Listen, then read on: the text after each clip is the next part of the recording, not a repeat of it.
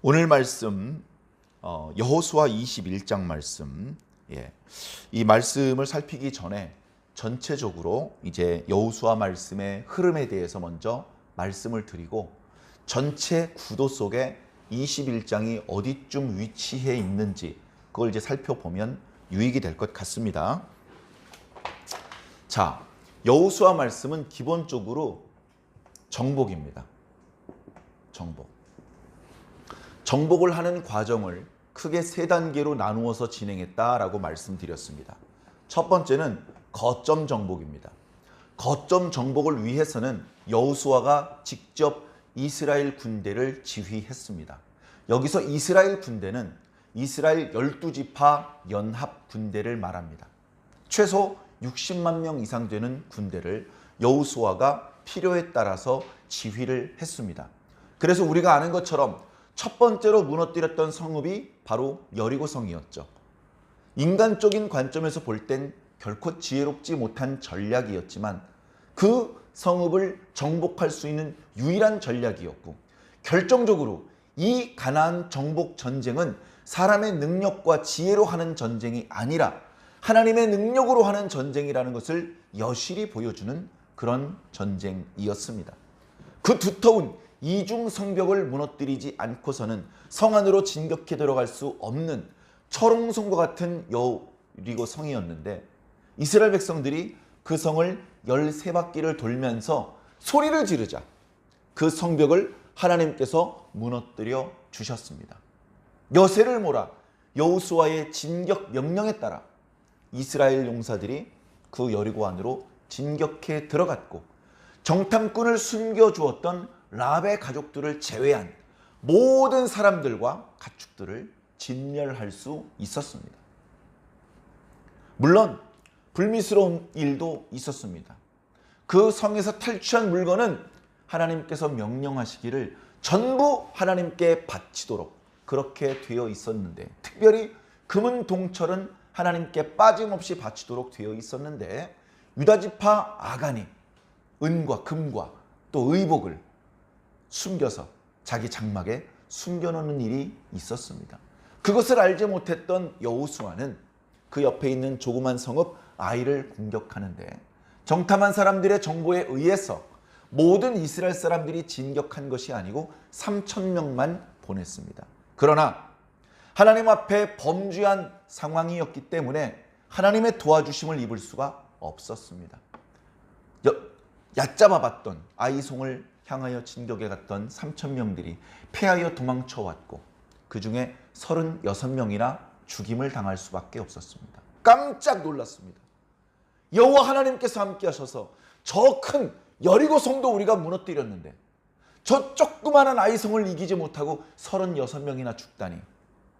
이스라엘 진영의 사기는 땅에 떨어졌고, 하나님 앞에 도대체 뭐라고 기도해야 될지 모른 채 망연자실할 수밖에 없었습니다. 뒤늦게 하나님께 기도하자 하나님께서는 너희 가운데 죄 지은 사람이 있었기 때문이다.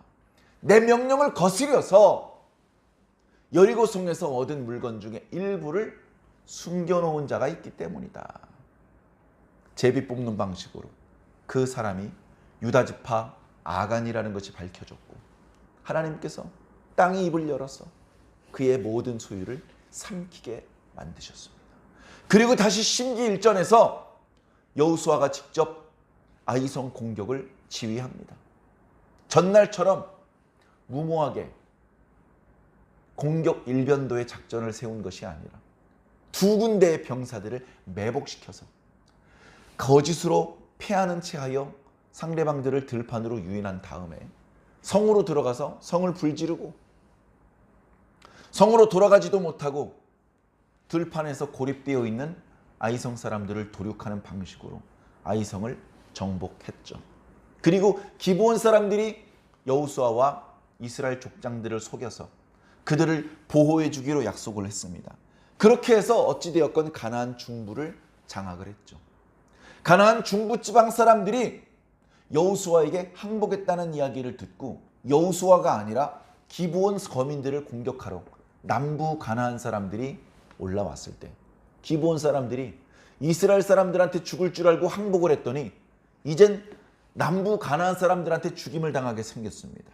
그래서 거꾸로 자신들을 죽이러 왔던 여호수아와 이스라엘 사람들에게 자신들을 살려달라고 부탁을 하죠. 맺어놓은 언약이 있었기 때문에 밤새 달려서 여호수아의 군대가 기브온 거민들을 지켜주었을 뿐 아니라 여세를 몰아서 남부 가나안의 여러 성읍들을 단번에 정복할 수 있었습니다. 소문이 금방 퍼지죠. 발 없는 말이 천리 간다고. 중부 그리고 남부 가나안이 이스라엘 사람들의 수중에 떨어졌다는 소식을 북부 가나안 사람들이 당연히 들어서 알고 있을 것입니다. 그 북부 가나안 사람들이 각계 전투로는 이스라엘을 상대할 수 없으니 연합군대를 또 편성을 합니다. 연합군을 편성을 해서 오히려 이스라엘이 있는 길갈로 내려오려고 준비하고 있다는 소식을 듣고 거꾸로 길갈에서 신속히 북부 가나안 사람들을 공격하기 위해 올라갔고 주력 부대를 괴멸시킨 이후에 잔당들을 소탕하는 방식으로 순식간에 북부 이스라엘을 장악했습니다. 그렇게 해서 하나님께서 아브라함과 이삭과 야곱에게 약속하셨던 가나안 땅 대부분의 거점을 점령할 수 있었습니다. 물론 100% 점령한 건 아닙니다. 곳곳에 골짜기와 산지에 여전히 가나안 사람들이 버티고 있었습니다. 여러 차례 공격을 시도했음에도 불구하고 그들은 이리저리 도망다니면서 항복하지 않고 끝까지 저항했습니다.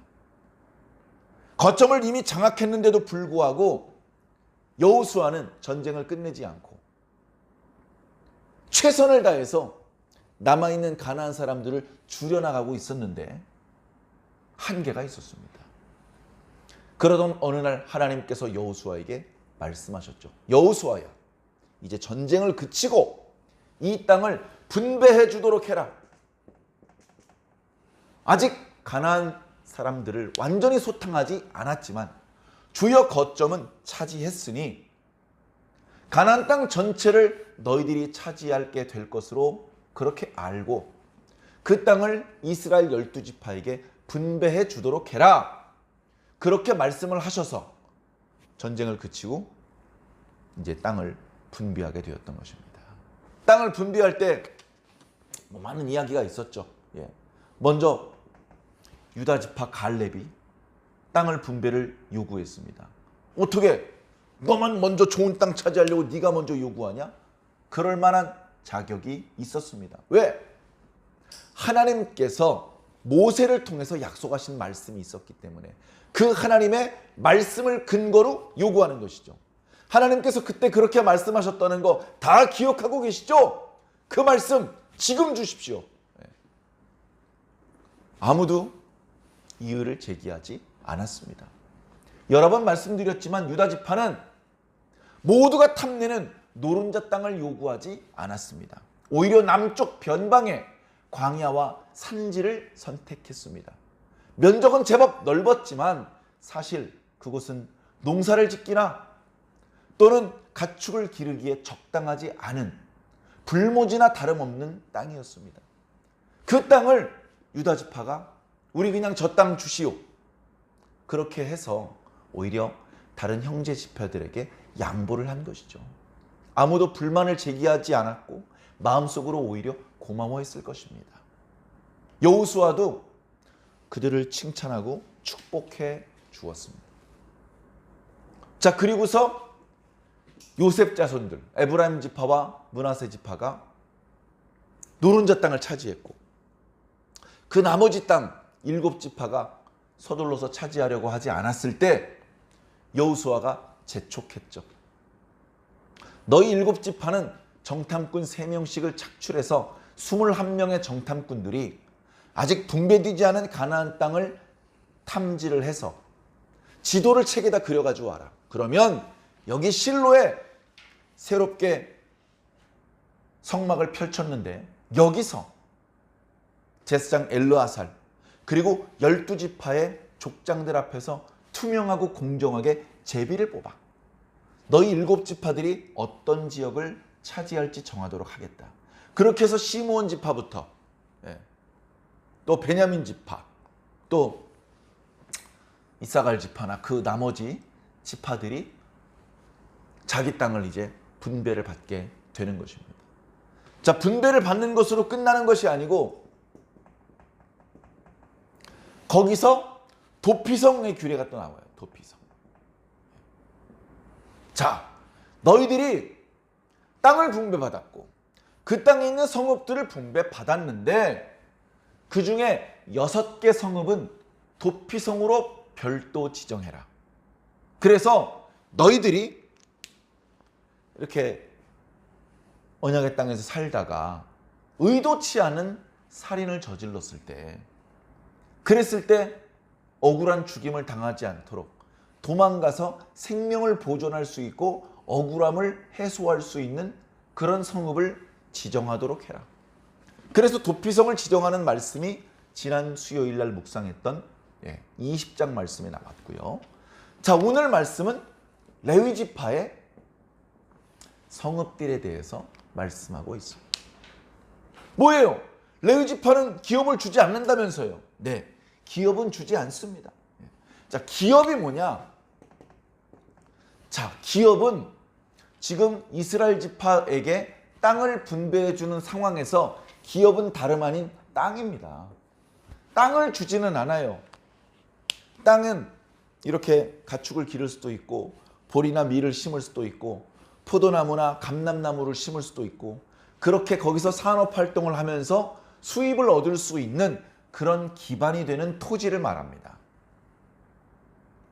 그게 바로 기업이죠. 그런데 레위 사람들한테는 기업을 주지 않습니다. 기업을 주지 않고 성읍만 줘요. 성읍. 성읍을 준다는 얘기는 주거지를 준다는 겁니다. 살 수 있는 집은 줘야 될 거 아니에요. 들판에서 텐트 치고 살라고 할 수는 없잖아요. 성읍들을 몇 개 주어서 레위 사람들은 그 성읍에서 살라는 것입니다. 그리고 레위 사람들에게 약간의 가축이 있으면 그 가축을 본격적으로 길러서 목축업을 하라는 뜻은 아니지만 데리고 있는 가축을 위해서는 목초지가 필요하죠. 그래서 성읍 주변에 약간의 목초지까지 분배를 해주는 그런 모습이 나옵니다. 그게 이제 레위 지파. 그래서 레위 지파가 모두 48개 성읍을 받습니다. 이 48개 성읍은 본래 12지파에게 땅을 분배할 때 나중에 레위 지파한테 주려고 남겨놨던 그런 성읍이 아니고요. 이미 12지파에게 분배가 되었었는데 다시 거꾸로 양보를 받아낸 그런 성읍입니다. 이미 유다 지파에게 줬었는데 그 중에서 몇몇 성읍을 레위 지파의 성읍으로 양보를 받아내는 것입니다. 그래서 조금 많은 성읍을 가지고 있는 지파는 조금 많이 양보하고 적은 숫자의 성읍만 가지고 있는 지파는 조금 양보해서 그래서 그렇게 양보받은 48개 성읍을 레위 사람들한테 주는 것이죠. 그런 방법으로 분배가 진행됩니다. 자, 그리고서 마지막 가나안 땅 정복 3단계는 개별적으로 정복하는 겁니다. 개별적으로. 유다 지파 땅에 아직도 가나안족 속 사람들이 많이 남아 있었습니다. 어떡합니까? 내버려 둘까요? 같이 섞여 살까요? 하나님께서 금지하셨습니다. 그들을 죽이든지 쫓아내든지 해야 됩니다. 언약의 땅에는 언약의 백성만 살아야 되는 것이죠. 갈렙은 그의 사위가 되는 온니엘은 용맹하게 싸웠습니다. 그래서 유다 지파는 가장 모범적으로 자기가 분배받은 땅 안에 있는 이방인들을 격파해 나갔습니다. 물론 100%는 아니었습니다. 나중에 다윗 시대에 겨우 무찌른 여부스 족속이 있었습니다. 그들은 갈렙의 공격도 물리쳐냈고 수백 년 동안 유다 지파가 몰아내려고 했는데도 밀려나지 않고 그 모리아산 언덕을 차지하고 있었습니다. 그러나 그 나머지 지역은 대부분 유다 지파의 땅을 만들었죠. 그러나 다른 지파들은 에브라임 지파, 므낫세 지파, 가나안 족속들을 죽이거나 쫓아낼 수 있는 힘이 있는데도 불구하고 일부러 그들을 살려놓아서 자신들을 위해서 물깃고 장작 패는 사람을 삼았습니다. 정면으로 하나님의 명령을 거역한 겁니다. 그렇게 종으로 부릴 수 있는 경우에는 죽이지 않아도 된다고 언제 말씀하셨습니까? 이후 여호와를 막론하고 죽여라. 그 땅 밖으로 내쫓아라. 이것이 하나님의 명령이었는데 자신들의 경제적인 이득을 위해서 하나님의 말씀을 무시했습니다. 그렇게 맏형 노릇을 해야 되는 에브라임 지파와 므낫세 지파가 그런 꼼수를 부리고 있는데 그 나머지 지파들이 누가 모범적으로 하나님의 말씀을 순종할 수 있겠습니까? 엉터리 엉망이 될 수밖에 없었고 그러다 보니 사사시대 400년은 매우 암울한 영적인 암흑기를 맞이할 수밖에 없었던 것이죠. 자, 이 와중에서 오늘 말씀은 바로 레위 사람들의 성읍에 대한 말씀입니다. 레위 사람들의 성읍을 어떻게 분배를 하는지 그것을 이제 100% 아주 그냥 속이 시원하게 속속들이 그렇게 말씀드리기는 사실 어렵습니다. 그러나 대략의 모습을 한번 살펴보면 좋을 것 같습니다. 자, 이스라엘 땅이 이렇게 있습니다. 자, 헬몬산으로부터 요단강이 흘러내려오다가 갈멜살 있는 데쯤에 갈릴리 호수가 있고 밑으로 많이 내려가서 사해 바다가 있습니다. 그러면 여기가 대충 여기가 유다 지파의 땅입니다. 시몬 지파가 유다 지파 속에 흩어져 들어갔습니다. 사실은 부끄러운 일이에요. 이제 이 말씀을 뒤에 하겠습니다만 시몬 지파는 흩어져서 없어진 지파가 될 수밖에 없었습니다. 자, 그리고 대충 아주 정확하지 않다는 말씀을 미리 드립니다. 여기가 이제 베냐민 지파, 여기가 단 지파, 그 다음에 여기가 이제 에브라임 지파고요. 여기가 므낫세, 서쪽에 있으니까 서므낫세. 자, 대충 이렇게 그려봅니다. 대충. 자, 이쪽 동쪽에도 이만큼 땅이 있죠. 이쪽 땅은 여기가 르벤 지파, 갓 지파. 그리고 여기가 므낫세, 동쪽에 있으니까 동므낫세, 므낫세 반 지파죠.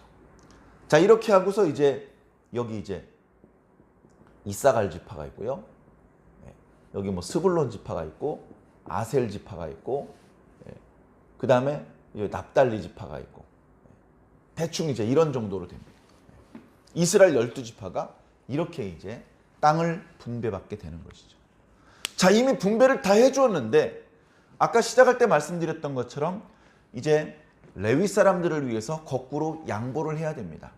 넓은 땅을 차지해서 더 많은 성읍을 소유하고 있는 지파는 조금 더 많이 양보하고 좀 좁은 땅을 가지고 있는 지파는 조금 양보를 해서 어찌되었건 레위 지파가 한 지역에 모여서 사는 것이 아니고 여기는 레위 사람들의 영역, 그렇게 토지와 기업을 분배해 주는 것이 아니고 각 지파에 12지파에 레위 사람들이 골고루 흩어져 살면서 그곳에서 영적인 업무를 수행할 수 있도록 흩어지도록 말씀하셨습니다. 그러니까 특정 지파만 양보를 하는 게 아니고 12지파가 모두 성읍들을 양보해야 되는 것이죠. 자, 여기서 자, 레위 지파가요. 이제 아들이 셋이 있습니다. 첫째 아들이 게르손, 둘째 아들이 그핫, 셋째 아들이 므라리. 그래서 레위 사람들도 게르손 자손이다, 그핫 자손이다, 그 다음에 므라리 자손이다, 이렇게 이제 구별을 합니다. 구별을 하고 그 중에서 그핫 자손 중에서는 이제 아론이 그핫 자손 출신이에요. 그래서 아론 자손과 그 나머지 그핫 자손으로 나눕니다. 아론 자손과 나머지. 자, 대충 이렇게 나누어 보겠습니다. 자, 그래서 이 사람들이 이제 분배를 받게 되는데, 자, 첫 번째는 어떻게 해야 되냐면 제일 먼저 아론의 자손들이 먼저 분배를 받습니다. 아론의 자손들은 당연히 제사장 가문들이죠. 그 사람들은 어떤 지파에게 양보를 받냐 하면 유다와 시므온과 베냐민 지파 사람들에게 양보를 받습니다. 여기에 제사장 가문이 살게 돼요. 이건 어떻게 보면요, 선견 지명이 있는 것입니다. 왜냐하면 제사장 가문들은 어디에 자주 가야 되냐면요, 성전에 자주 가야 됩니다. 만약에 성전이 여기 있다면 이쪽 성읍을 분배받은 것은 패착일 것입니다. 그런데 어떻습니까? 여기 예루살렘이 여기 있어요. 그러니까 예루살렘을 중심으로 그 주변에 있는 성읍들을 분배를 받은 거예요. 하나님께서 미리 알고 그렇게 제비를 뽑아 그 지역을 차지하게 한 것이 아닌가 하는 생각을 해 보았습니다. 그리고 그앗 자손 중에서 그 나머지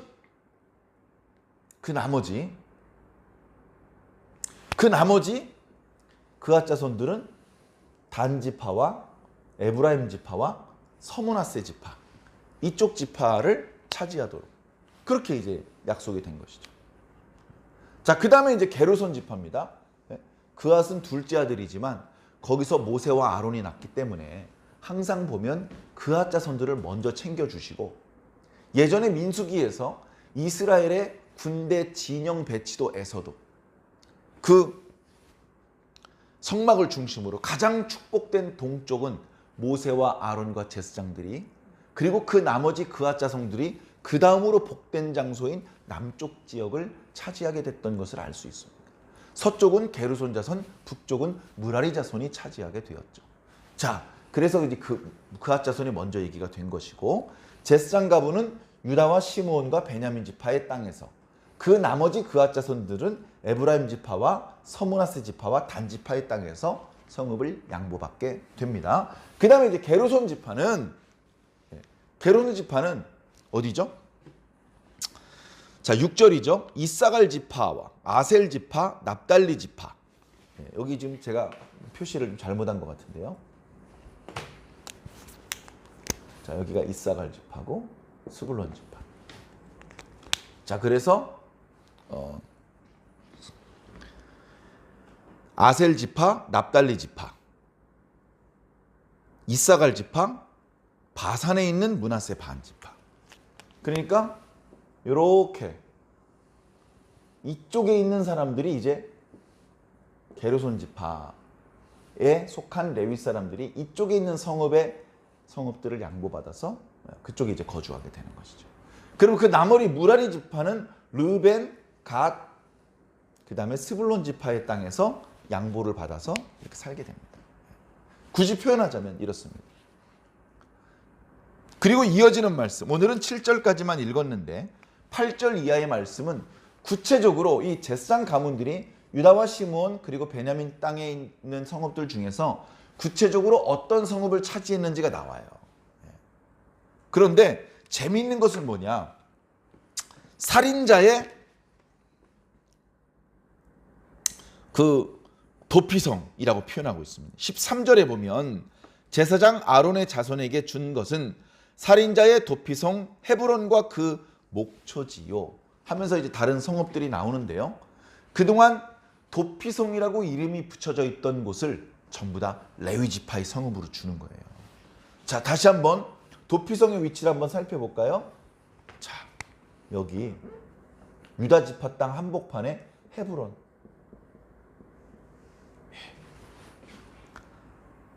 그 이제 제사장의 가문들을 위해서 주었던 성읍들 중에 살인자의 도피성 헤브론을 주었습니다. 자, 그 다음에 여기 에브라임 땅에도 세켐성.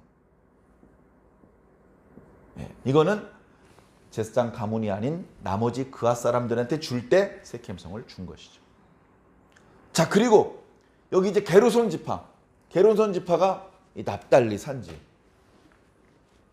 거긴 이름이 뭐죠?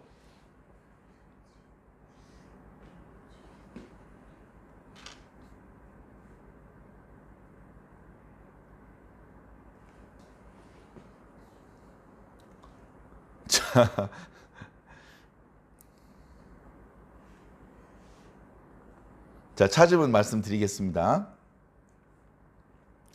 그 갈릴리 게데스. 자, 게데스. 이 성읍을 이제 레위 지파한테 줬고, 이 므낫세 여기 이제 바산 골란이죠. 바산 골란. 이게 도피성이에요. 도피성. 자, 그 다음에 르우벤 지파에는 르우벤 지파 땅 중에서는 어떤 땅을 양보해 주었죠? 저 뒤에 보면 베셀 36절에 베셀, 그리고 가치파의 땅 중에서는 길르앗 라못. 자, 이렇게 6개의 도피성을 우리가 지난주 수요일 날 말씀 때 묵상을 했었는데, 그 도피성들의 이름이 다시 등장을 하면서 그 성읍들을 레위 사람들한테 주었다는 것을 확인시켜 주고 있습니다. 그리고서 맨 마지막에, 자 이제 결론이죠. 결론. 저희가 본문을 읽을 때 그 부분을 읽지는 않았습니다만, 결론. 자 43절부터 43절부터 보면 결론은 뭐죠? 41절부터 보면 레위 사람이 이스라엘 자손의 기업 중에서 받은 성읍은 모두 48성읍이요 그 주변에 약간의 목초지다. 각 성읍의 주위에 목초지가 있었고 모든 성읍이 다 그러하였다. 그래서 이제 분배 작업, 가나안 정복의 두 번째 단계가 완전히 마무리된 것이죠. 12지파한테 다 분배를 해줬고, 그 다음에 도피성을 정해줬고, 레위 지파의 성읍까지 양보를 받아서 지정해 주었기 때문에 완전히 끝난 것입니다. 완전히 끝났어요. 그래서 이제 43절의 결론이 여호와께서 이스라엘의 조상들에게 맹세하사 주리라 하신 온 땅을 이와 같이 이스라엘에게 다 주셨으므로, 봤지? 내 준다고 했잖아. 봐, 줬잖아. 이렇게 하나님께서 말씀하신 것은 반드시 이루어진다. 어떻게? 말씀하신 그대로 이루어진다는 것을 보여주시는 것이죠. 44절 여호와께서 그들의 주위에 안식을 주셨다. 할렐루야. 안식. 얼마나 기다렸던 것입니까? 물론 7일에 한 번씩 안식일이 있었습니다. 그러나 잠깐씩 일을 쉬었을 뿐 진정한 안식이라고 말하기는 어려운 상황이었습니다. 어떻게 보면 애굽에서 나올 때부터 지금까지 진정한 안식은 없었죠. 하나님의 규례를 몸으로 체득하게 하기 위해서 안식일의 규례를 주셨고, 그 안식일 때에는 만나가 내리지 않았고, 그런 어떤 안식일을 지켜왔지만, 그러나 그 진정한 안식은 아니었던 것이, 계속해서 광야 40년 동안 가만히 있지 못하고 방황을 해야 했고, 수시로 이런저런 이유 때문에 많은 사람들이 죽는 걸 봐야만 했고, 그리고 나서 가나안 땅, 요단강을 건너서 가나안 땅에 들어온 이후에도 계속해서 여호수아를 중심으로 정복 전쟁을 수행해야 했기 때문에 무슨 안식입니까? 전쟁 중에. 자, 그러나 하나님께서 그 땅에 안식을 주셨다. 이 말은 이스라엘 백성들을 괴롭히는 적들이 없었다. 가나안 사람들이 아직 다 소탕되지 않고 일부 남아 있었죠. 그러나 그들은 이미 주도적으로 이스라엘 백성들을 괴롭힐 수 있는 입장이 아니었습니다. 힘이 빡 꺾여가지고 이스라엘 백성들의 눈치를 보며 살아야 되는 입장이었죠. 아무도 이스라엘 백성들을 근심스럽게 만들 수 없었습니다. 왜냐? 아무도 이스라엘 백성들을 당할 수 없도록 하나님께서 이스라엘을 강하게 만들어 주셨기 때문에 그렇습니다. 그 기간은 그리 길지 않았습니다만 여호수아가 죽는 날까지 30-40년 동안의 기간을 하나님께서 이스라엘 백성들에게 안식의 기간, 평안의 기간, 번영의 기간, 과연 젖과 꿀이 흐르는 땅에서 하나님의 율법을 지키며 살 때에 얼마나 행복할 수 있는지, 얼마나 풍요로울 수 있는지 직접 체험해보는 황금기를 하나님께서 허락해 주셨던 것이죠. 그 조상들에게 맹세하신 대로 하셨으므로 그들의 모든 원수들 중에 그들과 맞선 자가 하나도 없었으니 이는 여호와께서 그들의 모든 원수들을 그들의 손에 넘겨주셨음이니라. 여호와께서 이스라엘 족속에게 말씀하신 선한 말씀이 하나도 남음이 없이 다 응하였더라. 아멘. 당연히 오늘 우리들에게 주신 말씀도 하나도 남김없이 이루어질 줄로 믿습니다.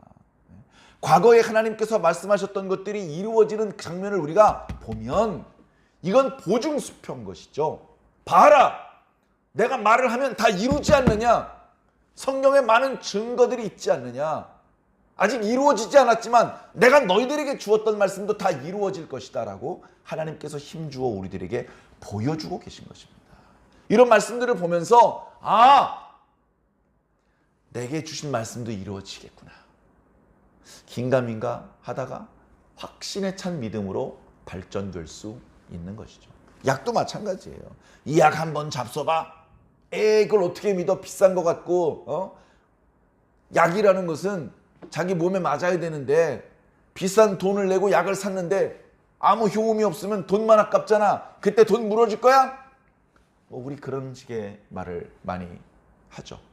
자, 그런데 이 약 먹고 저 사람도 고침받았고 이 사람도 치료됐고 이 사람도 좋아졌어. 아니, 그렇게 많은 사람들이 좋아졌어? 그럼 내가 먹어도 좋은 효험이 있겠구나. 이런 믿음을 가지고 약도 먹는 것 아닙니까? 이 약 한번 먹어봐. 이거 먹고 부작용으로 10명 중에 9명이 죽었는데 그래도 1명은 치료가 됐대. 만약에 그렇게 말한다면 그 약을 먹겠습니까? 아무도 안 먹습니다. 하나님의 말씀 중에서 이루어지지 않은 말씀이 어디 있냐고요. 축복의 말씀도 이루어졌고 저주의 말씀도 이루어졌습니다. 하나님의 말씀은 다 이루어지는 거예요.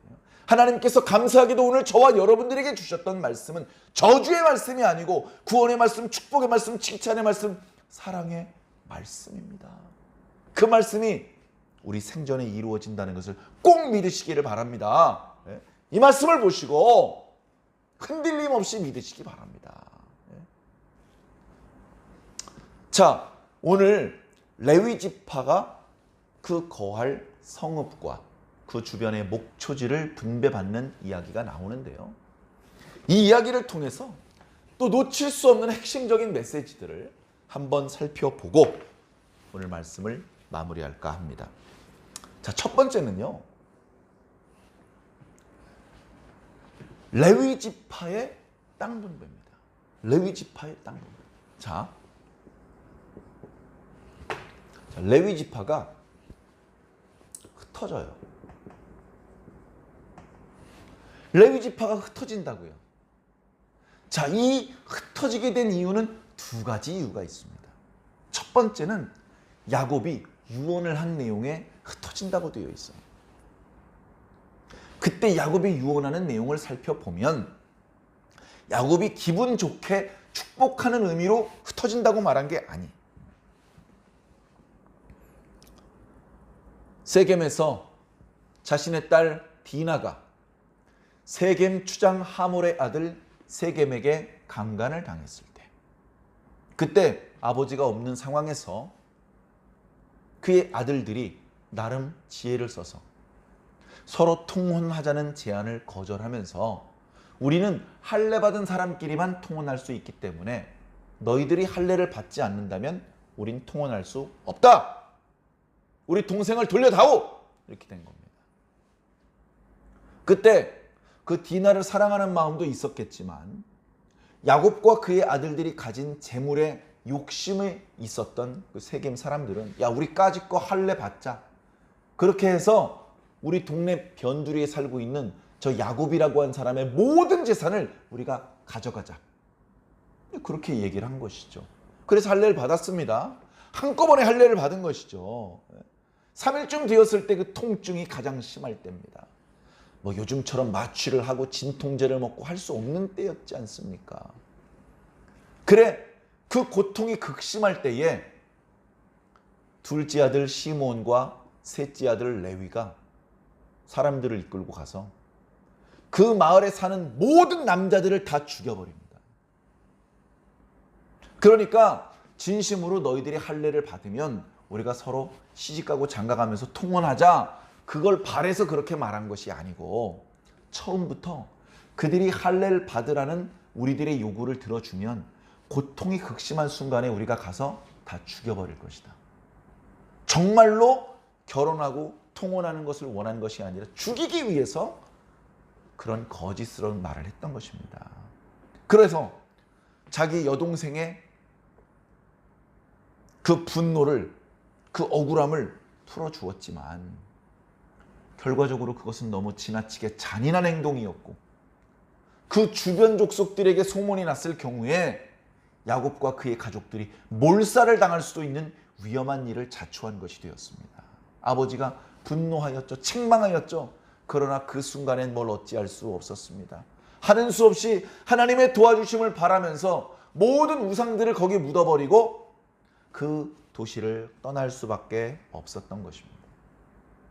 그때는 둘째 아들과 셋째 아들이 이미 다 커서 혈기방정한데 말을 듣지 않는데 야단칠 수도 없는 상황이었습니다. 그러나 죽기 직전에 애굽 땅에서 그들을 축복한다고 모아놓고서 어떤 아들은 축복도 들었지만 시므온과 레위는 사실은 책망과 저주에 가까운 유언의 기도를 했던 것입니다. 거기에 시므온과 레위는 흩어질 것이다. 형제들 속으로 흩어져 없어질 것이다. 그런 식의 표현이 나타납니다. 자, 시므온 지파는요, 유다 지파의 땅으로 들어갑니다. 그리고서는 이제 더 이상 독립적인 시므온 지파로서의 모습은 보이지 않습니다. 영원히 시므온은 이제 역사 뒤안길로 사라져버린 거예요. 유다 지파 속에 흡수돼 버린 겁니다. 없어져 버린 거예요.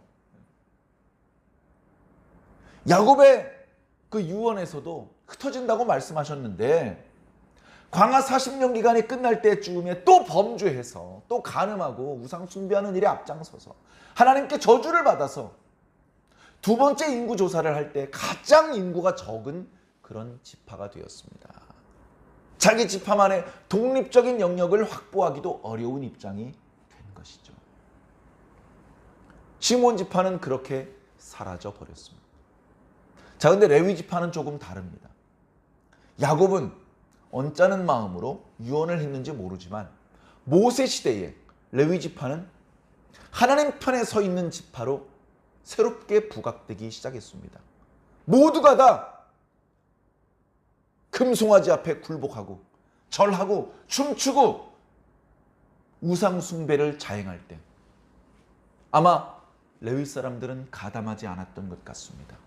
그들을 말릴 수는 없었는지 모르지만 그들이 저지르는 폐역부도한 짓에 참여하지는 않았던 것이죠. 그랬다가 모세가 왔을 때 모세가 분노하여서 그 금송아지를 끌어내려서 불 속에 집어넣고 불에 타다가 남은 조각을 갈갈이 찢어서 가루를 만들었고 그걸 강물에 풀어서 이스라엘 백성들이 먹어버리게 만들었죠. 그들이 신인 줄 알고 떠받들었던 금덩어리는 아무짝에도 쓸모없는 쇠조각에 불과했던 것입니다.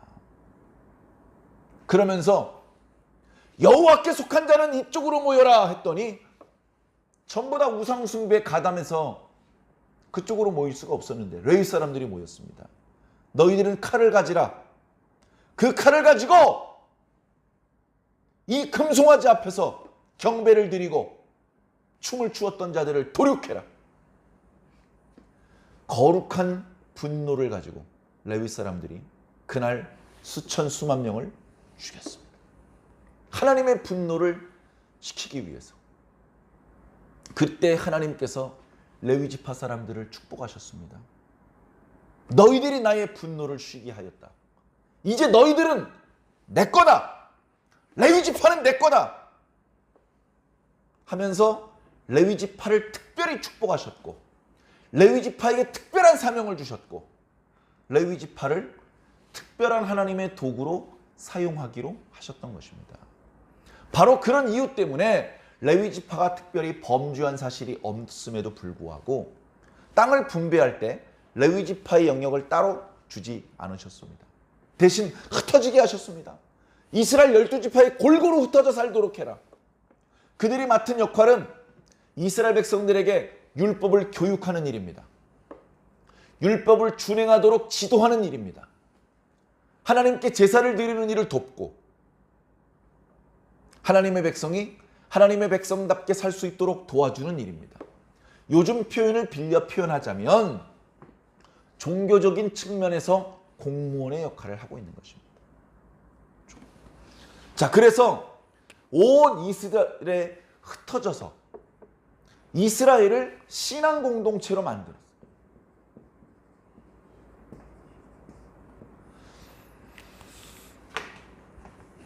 레위 지파 사람들이 아니었으면 50년 지나 100년 지나 500년 지나면 남쪽의 유다 지파가 믿는 여호와 하나님과 북쪽의 납달리 지파가 믿는 여호와 하나님이 전혀 다른 모양이 될 수도 있습니다. 하나님을 부르는 호칭도 다르고 하나님을 섬기는 예법도 다르고 예를 들면 그렇게 변질될 수도 있어요.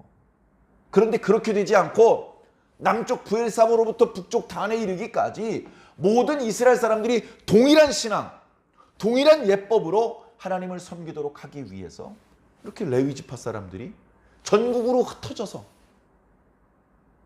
이스라엘 백성들의 신앙 공동체로서의 각 지역의 구심점의 역할을 감당했던 것입니다.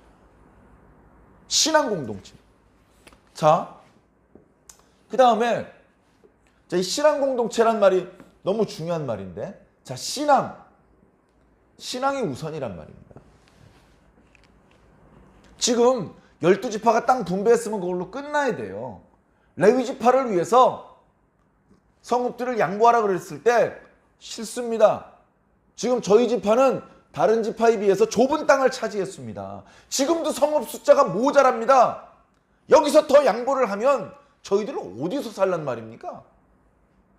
그렇게 얘기하면서 불순종해도 되는데 오늘 말씀 3절에 보면 2절부터 보면 레위 사람 족장들이 여호수아에게 나와서 하나님께서 모세에게 말씀하셨던 대로 저희들에게 성읍을 주십시오라고 요구를 했고 이스라엘 자손들은 이런 반구 거절하는 내용 없이 줘야지. 그렇게 일사불란에게 레위 사람들에게 자기 지역에 있는 성읍을 양보해 주었다는 것입니다. 왜냐? 신앙이 우선이기 때문에. 그 레위 지파 사람들이 우리 마을에 안 들어오면, 우리 지파 땅에 안 들어오면 우리 지파 사람들은 더 널찍한 땅을 차지할 수 있고 더 넉넉하게 살 수 있어. 근데 영적으로는 하나님께 대한 순수성과 그 뜨거움을 보존할 방법이 없어. 그러니까 약간 손해를 보더라도 레위 지파 사람들이 자기네 지파 땅에 들어와야 됩니다. 자기네 지파에 있는 성읍들 중에서 좋은 성읍을 레위 사람들한테 양보해 주어야 됩니다. 그게 복받는 비결이고 그게 그 지파가 행복하게 사는 비결이라고 믿었기 때문에 선뜻 양보해 준 것입니다. 헤르몬, 유다 지파 땅 중에 헤브론 땅, 갈렙이 여호수아에게 요구했던 땅입니다. 저 헤브론 땅을 나에게 주십시오. 그렇게 해서 헤브론 땅을 받았습니다. 근데 그 헤브론 땅도 양보했었어요. 헤브론 땅? 아니요, 레위 지파의 성읍으로 쓰세요. 우리 제사장님들의 성읍으로 쓰세요. 양보했습니다. 그 주변에 토지만 소유했다고 그랬어요. 이스라엘 사람들 중에서 가장 나이가 많고 신앙심이 뜨겁고 땅 소유에 대한 명분이 있었던 갈렙이 또 양보하는 겁니다. 아닙니다. 레위인의 성읍으로 쓰십시오. 여러분들이 이 성읍을 사용해 주셔야 우리 유다 지파가 더 복을 받습니다.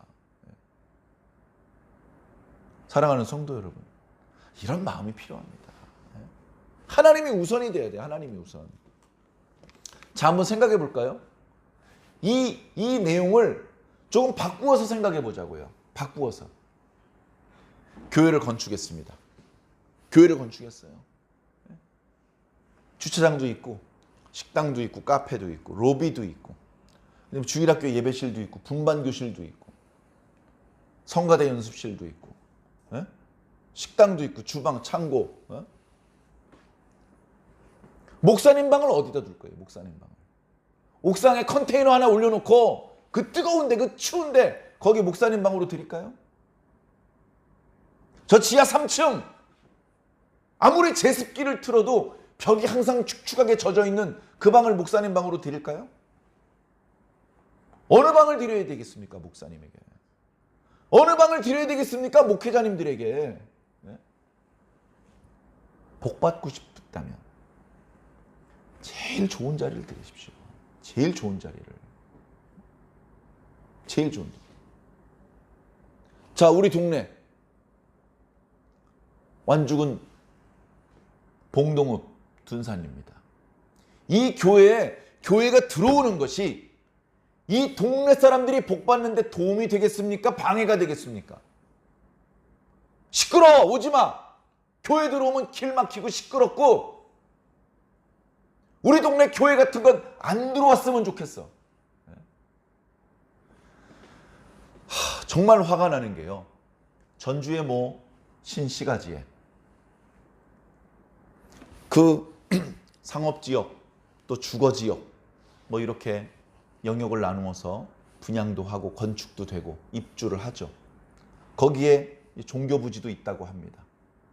그 종교부지에 들어오는 교회를 제외한 상업시설에 임대로 들어오는 교회는 불법이랍니다. 상가에 교회가 임대로 들어와서 거기서 종교시설로 활동하는 것은 금지가 됐습니다. 그걸 모르고 어떤 목사님이 임대차 계약을 했어요. 계약금을 떼었습니다. 뭐 큰 돈은 아닐지 모르겠습니다만 그래도 성도들이 어렵게 헌금했던 수백만 원을 어이없이 잃어버렸습니다. 왜 교회가 상가에 들어오면 안 됩니까? 예? 교회가 들어오면 동네가 시끄러워지고 길이 막히고 동네 집값이 떨어지기 때문입니까? 그래, 교회를 다 동네 바깥으로 쫓아내면 그럼 그 동네 복 받습니까? 그 동네 땅값 오릅니까? 얼마나 오릅니까? 한번 생각을 해보시죠. 복 받고 싶으면 얼굴도 못생겼고 가난해가지고 옷도 남루하고 머리카락도 피부도 거칠하고 그런 목사님을 제일 좋은 상석에 앉혀놓고 그 목사님에게 기도를 부탁하고 그 목사님에게 축사를 부탁하고 그래야 그 동네가 사는 겁니다. 요즘요, 저도 목사지만 저는 강단을 내려가면 어깨에 힘주고 막 그렇게 안 합니다. 일부러. 제가 목사인지 사람들이 눈치채지 못하게 어떨 때는 일부러 목사가 아닌 것처럼 그렇게 행동할 때도 있습니다. 세상이요, 목사를 존경해주지 않아요. 목사를 어려워하지 않습니다. 우습게 생각합니다. 저는 그런 걸 너무 많이 느꼈습니다. 그러면서 저를 무시하고 우습게 생각하는 사람을 미워하지 않았어요. 그러나 이 시대의 분위기가 그렇다는 건 느낍니다. 경우에 따라서는요, 그리스도인들도 목사님들을 그렇게 어렵게 생각하지 않아요. 물론 성도들 개개인마다 다르고 교단이라든가 개교회의 분위기에 따라 조금씩 다르긴 합니다. 아무리 남루한 옷을 입고 있어도 아이고 목사님이셨습니까? 하면서 존대해주는 성도들도 있고 그렇지 않은 성도들도 많이 봤습니다. 우리는 어쩔 수 없이 외모를 보고 판단하는 경향이 좀 있는 것 같습니다. 외모, 생긴 것부터 시작해서 겉으로 드러나는 그 사람의 스피치 또는 기도하는 모습, 그런 것들이 자신의 기대치에 부합할 때 인정해주는 뭐 그런 좋지 못한 습관이 있는데, 그 목사님이 나이가 많지 않고 경험이 많지 않고 공부를 오랫동안 하지 않았고 설교와 기도에 약간의 미숙함이 있다고 그가 하나님의 종이 아닌 것이 됩니까? 그가 선포한 말씀이 하나님의 말씀이 아닌 개똥철학이 됩니까? 그가 한 기도가 하늘로 상달되지 않고 땅에 떨어지는 기도가 됩니까? 그렇지 않습니다.